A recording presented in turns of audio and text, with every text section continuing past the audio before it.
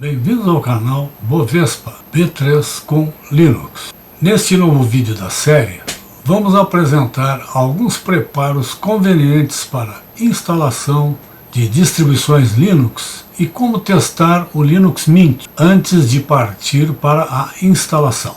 A inscrição no canal e o seu like são importantes para que possamos continuar a desenvolver novos vídeos compartilhando experiências e conhecimentos. O número de inscritos, de likes e comentários são incentivos para que sigamos adiante. Vamos então a alguns pontos básicos antes de falar sobre o teste e/ou instalação. Afinal, o que é Linux? Bem, de forma bem genérica, Linux é um sistema operacional multitarefas e multiusuário, baseado em Unix. Foi desenvolvido pelo programador finlandês Linus Torvalds. É um sistema de código aberto, também conhecido como de código livre ou, por outros, como software livre, sendo geralmente de distribuição gratuita. O Linux, na verdade, é o núcleo do sistema, ou também conhecido como kernel. E o que são distribuições Linux? Distribuições Linux são sistemas operacionais geralmente completo, cujo coração ou núcleo, o kernel, é Linux, e ao qual são agregados aplicativos orientados a um determinado tipo de público usuário ou para aplicações específicas. Existem distribuições de vários tipos, tais como distribuições educativas, minimalistas, com uso de kernel estável, com uso da última versão do kernel, portanto, ainda não estabilizado, de atualização continuada, também conhecidas como Rolling Release, para servidores, para aplicações comerciais, para uso em smartphones, para tablets, para dispositivos de automação, e ainda versões com ou sem suporte de longo prazo, também conhecidas como LTS, Long Term Support. Existem praticamente milhares de distribuições Linux, cada uma delas com suas particularidades. Considerando que Linux pode ser novidade para muitos, é conveniente lembrar que hoje em dia, mesmo sem saber, apenas quem não usa aparelhos celulares como os smartphones não está usando Linux. Os demais usam mesmo sem saber disso. E o mais importante, não foi preciso fazer nenhum curso para isso. Muitos nem mesmo leram os manuais. As distribuições atuais, em geral, são muito intuitivas. O sistema Android é baseado no Linux e, portanto, também uma distribuição Linux. O sistema iOS dos iPhones da Apple também é baseado no Linux e no seu sistema de arquivos. Aqui nós temos uma tela onde mostra o Google e a definição do Android. A grande diferença entre a distribuição Android desenvolvida e mantida pelo Google é que, comparada com distribuições tradicionais Linux, é uma distribuição engessada ou quase totalmente travada. O objetivo e a razão para isto é evitar que usuários sem experiência e conhecimentos tornem o sistema simplesmente inoperável, por tentar instalar quaisquer aplicativos, mesmo não testados, ou mudar alguma configuração crítica. Imaginem o que seria a área de suporte dos fabricantes de celulares se fosse totalmente liberado, como é em uma distribuição Linux. Por isto, são tão engessadas, tão travadas as distribuições Android e iOS. Por esta razão, os aplicativos passíveis de instalação são apenas aqueles oferecidos na loja de aplicativos Android. Ocorre o mesmo com o iOS da Apple. Nesta tela nós temos uma grande quantidade de distribuições Linux, pelo menos as mais conhecidas. Nas distribuições Linux em geral, usando dos seus superpoderes de administrador, superusuário ou raiz, também conhecido como root, é possível fazer e cometer qualquer barbaridade com o sistema, inclusive torná-lo imprestável ou servindo apenas para peso de papel, uma pedra ou um tijolo, chamada esta situação, no jargão em inglês, é um brick. O usuário normal não tem acesso a estes superpoderes. Toda vez que você desejar instalar algum aplicativo, vai ser pedida a senha de administrador, de root ou de superusuário. Quando tentar abrir algum aplicativo que possa alterar configurações que podem vir a prejudicar o funcionamento do sistema, a senha do administrador ou de root também vai ser pedida. Quanto à gratuidade, existem também distribuições de uso comercial e por esta razão pagas, mas a grande maioria das distribuições e aplicativos é gratuita. Apenas para dar uma ideia do número de aplicativos disponíveis para instalação no Debian, que é uma das distribuições mais tradicionais e na qual o Linux Mint está baseado, existem mais de 59.500 pacotes disponíveis para instalação. Vamos então a alguns conceitos básicos que vamos precisar usar. O primeiro deles é particionamento. Aqui nós temos a tela do aplicativo de particionamento Gparted, que vem no Linux Mint. Vocês podem ver que aqui nós temos dois discos sendo usados. O primeiro é um SSD e o segundo é um disco tradicional, um disco rotativo. Então, no primeiro SSD, vocês podem ver, temos aqui várias partições. E nesse HD, ou nesse disco, eu tenho os sistemas operacionais básicos, separados dos dados que estão no HD tradicional rotativo, que é bem maior. Esse aqui é um SSD de apenas 250 GB. Aqui está o disco tradicional, que tem algumas pequenas partições no início, e a partição principal é onde estão os dados. No SSD, nós temos 3 distribuições Linux instaladas. O Linux 18.4, o 20.4 e o Mint 20.3. Voltando então ao particionamento. Particionamento é a forma como podemos dividir o disco. Cada partição criada se comporta como se fosse um disco independente. Refiro-me a disco de forma geral, mas pode ser tanto HD como SSD.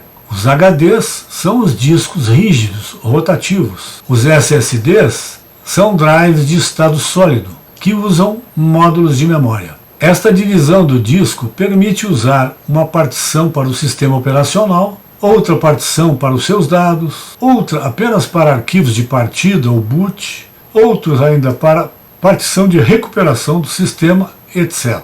O ponto importante para quem deseja manter o sistema Linux instalado junto com o Windows é que a partir do Linux é possível ver e editar todo o conteúdo do disco, incluindo as partições do Windows. Já o Windows não consegue, com suas ferramentas normais, nem mesmo ver o conteúdo das partições do Linux. Referente a partições, para poder instalar o Linux, será conveniente ter uma partição em torno de 20 a 25 GB para o sistema operacional, que também é chamado por alguns de raiz ou root, que é o barra.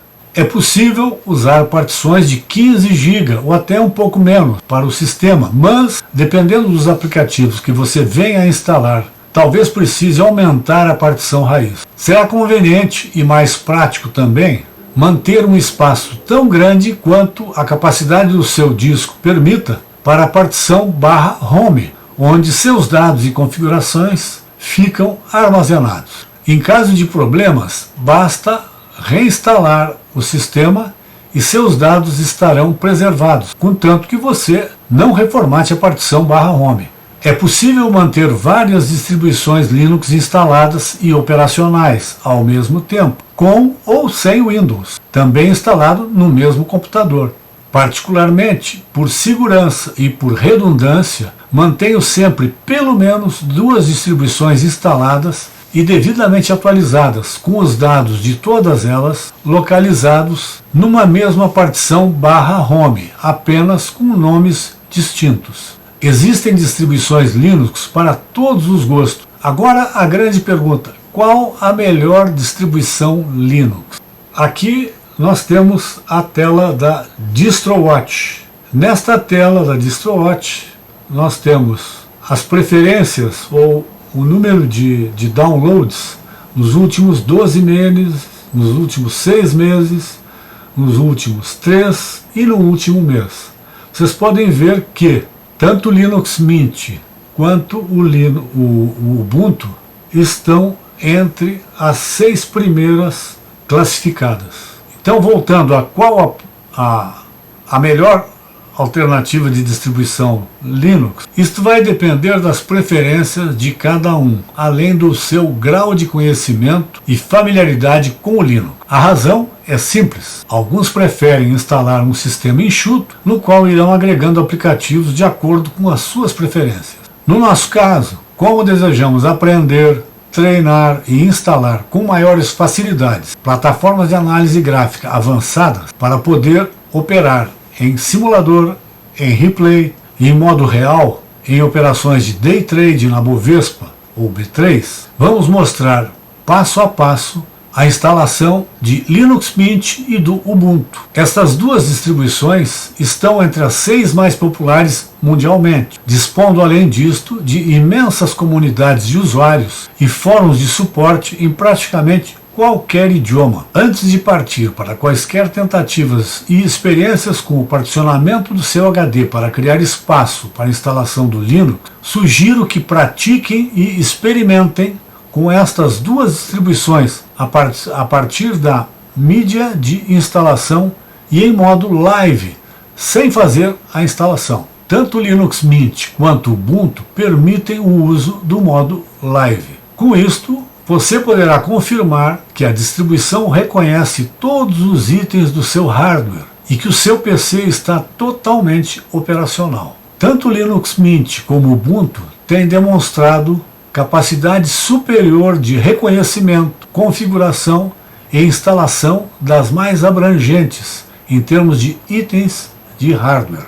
O primeiro passo, portanto, será baixar as versões da distribuição a partir da internet. Primeiro, no caso do Linux Mint, por ser mais amigável, sugiro a versão Mate pelo excelente desempenho, mesmo em máquinas limitadas, e também por ter muitas semelhanças de menu, tanto com o Windows como com o Android. Para isso, será necessário baixar a versão da distribuição Linux Mint. Isto pode ser feito a partir da página de download do Mint, que está na descrição desse vídeo. De qualquer maneira, ela está localizada em www.linuxmint.com.br/downloads. Aqui nós temos a página, todas as versões disponíveis no site do Linux Brasil.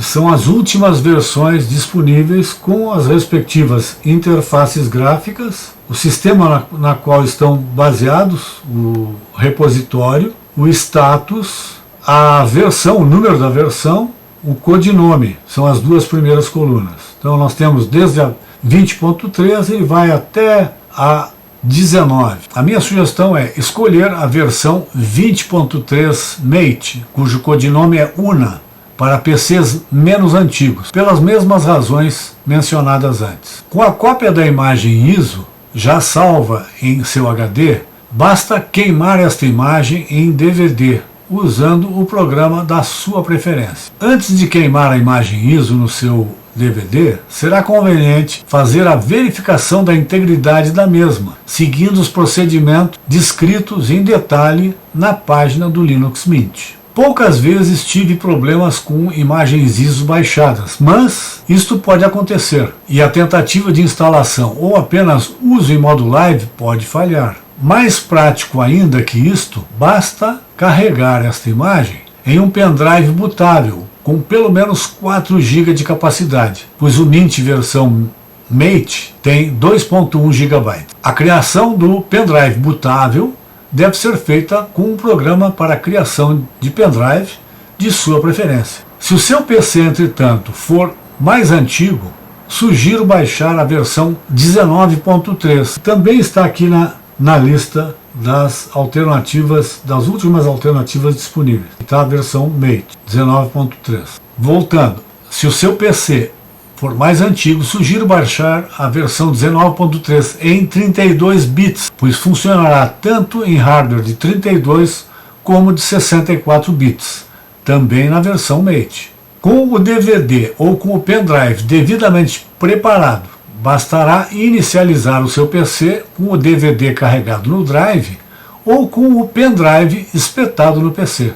É preciso lembrar que, ao iniciar o seu PC, você deve apertar algumas das teclas como Escape, F1, F2, F7, F8, F12 ou mesmo o Delete. Isto varia de computador para computador.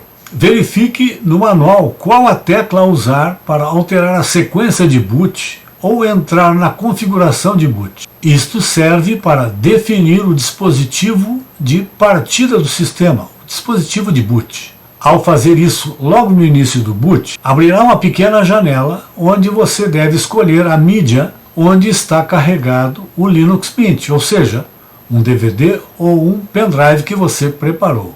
Já na tela de abertura do Linux Mint vão aparecer alternativas de inicialização, entre elas uma padrão, a primeira normalmente, e outra em modo de compatibilidade, além de outras alternativas. Aqui está uma das telas de boot do Mint. Aqui nós temos outra delas. Essa é a de inicialização do disco, onde ele mostra iniciar o Linux Mint, iniciar em modo de compatibilidade, instalar como de fábrica e por aí adiante. E além disso, outras alternativas. Se o modo standard não funcionar, basta dar um novo boot e na próxima vez escolher um modo de compatibilidade, onde o Linux buscará a ativação com outras alternativas de compatibilidade do sistema mais adequadas ao seu hardware. Isto feito, é só aguardar a finalização e começar a usar em teste o Linux Mint, diretamente a partir da mídia que você usou.